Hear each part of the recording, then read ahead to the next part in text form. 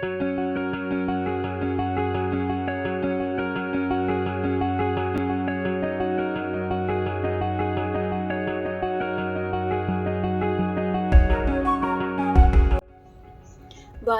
पित्तम कफश्चेति त्रयोदोषा समासता। हमारे शरीर में 3 दोष है, वात पित्त कफ, और इनका क्षय और वृद्धि ये अनेक कॉम्बिनेशंस क्रिएट करता है और इसी के वजह से हमारे शरीर में व्याधि निर्माण होती है। समदोषः समाग्निश्च समधातु मलक्रिया प्रसन्नात्मा इंद्रिय मन स्वस्थ अभिधीयते। अगर आपका दोष धातु मल और अग्नि ये सम है और आपका मन आत्मा और इंद्रिय ये प्रसन्न है तो आप स्वस्थ हैं। तो ये बरसात के सीजन में हम अपने वात पित्त कफ दोष धातु मल अग्नि मन इंद्रिय प्रसन्न कैसे रख सकते हैं इसके बारे में देखेंगे। तो बेसिकली तीनों दोषों को किस तरह से स्वस्थ रखा जाए और कौन सी ऐसी औषधि हमारे घर पर ही अवेलेबल है जिनके उपयोग से हम अपने वात पित्त कफ को बैलेंस रख सकें और आप इस बरसात के सीजन में बहुत सारे व्याधियों से दूर रह पाओगे। तो अंत तक आप हमारे साथ इस वीडियो में बने रहिए ताकि आपको ये जानकारी मिल सके। नमस्कार, मैं डॉक्टर सोनाली, स्वागत है आपका निरोगी काया में। बरसात में वात वृद्धि होती है, शरीर में वायु बढ़ता है तो वो कुछ लक्षण दिखाता है, जैसे कार्शकाशनोन्य कामित्व, कंपानाहाश कृतग्रहण, बल निद्रेंद्रिय भ्रंश, प्रलाप भ्रमदीनता। यानी शरीर का इंसान का वजन घटने लगता है, शरीर का टोन स्किन का टोन बदलने लगता है, सांवलापन आता है, गर्म पदार्थ खाने की इच्छा होती है, बहुत ज़्यादा वात बढ़ने की वजह से ठंड लगती है, कपकपी होती है जिसे हम कंप कहते हैं, पेट फूलता है, बहुत ज़्यादा गैस पेट में भरता है, पेट ठीक से साफ नहीं होता, नींद ठीक से नहीं आती, इंद्रियों की शक्ति कम होने लगती है, बहुत ज़्यादा बड़बड़ यानी प्रलाप, ज़्यादा बात करने की इच्छा होती है, चक्कर आने लगते हैं। ओवरऑल शरीर एक बहुत थका सा महसूस करता है और शरीर का बल कम होते हुए नजर आता है। इस प्रकार वात व्याधि के 80 प्रकार है और इन 80 प्रकारों में एक उसकी सर्वश्रेष्ठ ऐसी औषधि है जो इन सभी प्रकारों में उपयुक्त है और वो है तेल। तिल का तेल, तिलात तैलम। तेल ये शब्द भी तिल से ही बना हुआ है और इसीलिए चरकाचार्य जी अपने संहिता में लिखते हैं कि तिल का तेल सर्वश्रेष्ठ है वात व्याधियों के लिए। तिल तेल का प्रयोग हम आभ्यंतर और बाह्य इस दोनों प्रकार से कर सकते हैं। आभ्यंतर कुछ विशिष्ट व्याधियों में किया जाता है, जैसे कुछ पदार्थ तिल के तेलों में तल कर लिए जाते हैं और बाह्यता हम उसे एक्सटर्नल एप्लीकेशन के लिए यूज कर सकते हैं। वाग्भट्टाचार्य अपने अष्टांग हृदय इस ग्रंथ में लिखते हैं, अभ्यंगम आचरित नित्यम स जरा श्रम वातः। यानी अगर हम रोज शरीर को तेल लगाते हैं तो श्रम यानी शरीर का जो थकान है वो कम होता है, वार्धक्य यानी एजिंग कम करता है और बढ़ा हुआ वात वो भी कम करने के लिए, नाश करने के लिए ये बहुत अच्छा है। दृष्टि प्रसाद पुष्टायु यानी दृष्टि को साफ करता है, स्वच्छ करता है। पुष्टि शरीर का पोषण करता है और आयुष्य को बढ़ाता है। स्वप्नसु त्वक्त दार्ढ्यकृत, जिन्हें नींद कम आती है उन्हें नींद अच्छी लाने में मदद करता है। त्वचा सुकुमार कोमल बनाता है, शरीर का बल बढ़ाता है। दृढ़ ये शब्द आया है, बल बढ़ाने के लिए उपयोगी है। यानी तिल के जो गुण है वो वात बढ़ने की वजह से जो गुण निर्माण होते हैं, शरीर में जो तकलीफ निर्माण होती है उसके एग्जैक्ट अपोजिट होने की वजह से वो वात को कम करती है, वात का शमन करती है और जो भी दर्द क्रिएट होता है वात बढ़ने की वजह से वो कम करने में ये बहुत उपयोगी है। तो इसीलिए आप अगर नित्य रोज अगर आप अपने शरीर को तेल का अभ्यंग करते हैं, तेल लगाते हैं, तो आपको कोई वात व्याधि छू भी नहीं सकेगी। इसी पर एक पादाभ्यंग का एक पूरा डिटेल वीडियो है, आप इसे जरूर चेक कीजिएगा। बरसात के मौसम में पानी दूषित होता है, जल अम्ल विपाकी होता है, खट्टापन होता है। इसी वजह से जो फल फूल सब्जियां हम सेवन करते हैं वे भी अम्ल विपाकी होती है। हमारे अग्नि का बल कम होता है, इस वजह से धीरे धीरे पित्त बढ़ने लगता है, पित्त की भी विकृति नजर आती है। विणमूत्र नेत्र त्वक्षु तृष्णा दाह अल्प निद्रता।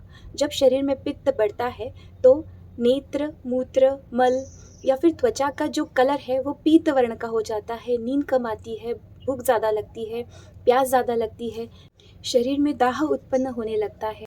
ये सारे लक्षण पित्त के बढ़ने की वजह से निर्माण होते हैं और इनको शमन करने के लिए या शांत करने के लिए हमारे घर में ही एक औषधि है जो बहुत उपयोगी है, जिसका नाम है घी। गाय का शुद्ध घी शरीर में पित्त बढ़ाने के जो गुण हैं उसके एग्जैक्ट अपोजिट घी के गुण हैं। इस वजह से वो पित्त को अच्छे से शांत करती है। अब इसका हम इंटरनल और एक्सटर्नल दोनों तरह से यूज़ कर सकते हैं। एक्सटर्नली आप आपसे अप्लाई भी कर सकते हैं, जैसे स्किन पर आप अप्लाई कर सकते हैं, और इंटरनली आप खाने के समय बीच में ले, या फिर आप किसी सब्जी को या फिर दाल को छौंका लगाते समय आप तेल के बदले आप घी का इस्तेमाल कर सकते हैं। घी हमेशा कम लगता है तेल की मात्रा में और पित्त को शांत करने के लिए सर्वश्रेष्ठ औषधि है। जाठराग्नि यानी हमारे पाचक अग्नि का बल बढ़ाता है, हमारे शरीर का बल बढ़ाता है, हमारे शरीर में जो वात और पित्त बढ़े हैं उनको शांत करता है। विषग्न कहा है यानी हमारे खाने के थ्रू जो केमिकल फर्टिलाइजर्स या फिर पेस्टिसाइड हमारे अंदर जाते हैं उसे कम करने की, टॉक्सिन्स को नलीफाई करने की ताकत घी में है। बच्चों के लिए, वृद्धों के लिए सबसे हितकर है। हितकर ये शब्द आया है, सबसे अच्छा है उनके लिए। शरीर का तेज बढ़ाता है, शरीर को कोमल करता है। ज्वर यानी फीवर के बाद अक्सर अग्नि कम हो जाती है, खाने की इच्छा नहीं होती या फिर ताकत कम हो जाती है। ऐसे समय पर आप घी का इस्तेमाल करें। सुश्रुताचार्य कहते हैं घी के नित्य सेवन से शूल कम होता है। वृक्ष है हमारे शरीर में ओज बढ़ाने के लिए बहुत उपयुक्त है। उन्होंने यहाँ तक वर्णन किया है कि घी के इस्तेमाल से पाप और राक्षस से बचा जा सकता है। यहाँ पर पाप यानी बुद्धि की स्टेबिलिटी, सही और गलत डिसीजन लेने का जो बुद्धि का निर्णय होता है उसमें पाप करने से बचा जा सकता है। इसी तरह राक्षस यानी यहाँ पे कृमि, बैक्टीरिया, वायरस ले सकते हैं। इसके वजह से हमें इन्फेक्शन नहीं होगा, इससे हम अपना बचाव कर सकते हैं। इसीलिए अगर पित्त को शांत करना है, शांत यानी बैलेंस करना है, तो आप घी का नित्य सेवन करें। में बहुत ज़्यादा बारिश होती है, निसर्ग में नमी यानी ह्यूमिडिटी बढ़ती है।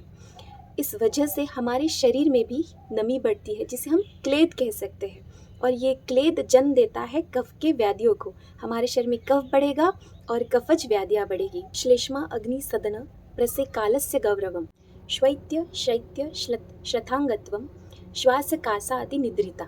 जब शरीर में कफ बढ़ता है तो अग्निमांद्य यानी अग्नि का बल कम होता है। ज़्यादा लालास्त्राव यानी बहुत ज़्यादा सलाइवा सिक्रीट होता है। बहुत ज़्यादा आलस्य यानी आलसीपन महसूस होता है। शरीर थोड़ा भारी भारी सा लगने लगता है। त्वचा का वर्ण थोड़ा सा सफ़ेद सा लगने लगता है।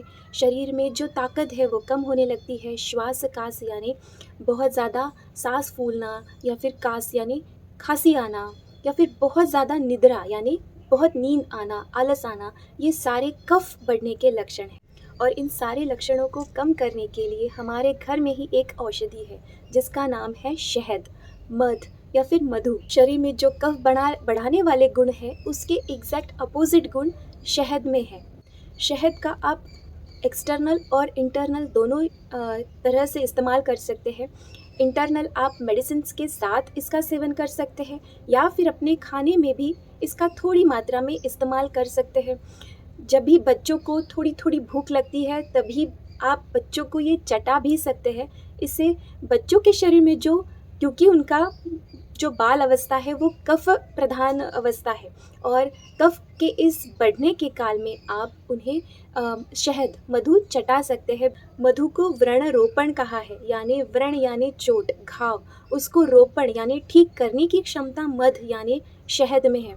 अब अगर आप उसे एक्सटर्नल लगाते हैं तो वो व्रण रोपण, चोट, घाव ठीक करने का काम अच्छे से करता है। कई सारी कॉमन इन्फेक्शंस हमें बरसात की सीज़न में दिखाई देती है, जैसे एस्थमेटिक पेशेंट को बहुत ज़्यादा तकलीफ़ होना, या फिर बहुत ज़्यादा खांसी आना, सर्दी होना बार बार, बुखार आना, गले में इन्फेक्शन होना, या फिर सिर पकड़ लेना, सिर दर्द होना। तो ऐसे कई सारी मेडिसिन है जिसके साथ आप शहद ले सकते हैं। शहद को योगवाही कहा है। योगवाही यानी जिसके साथ भी ये मिक्स होगा उसके गुण बढ़ाएगा और बहुत अच्छे से काम करेगा, व्याधि के लक्षण को कम करेगा।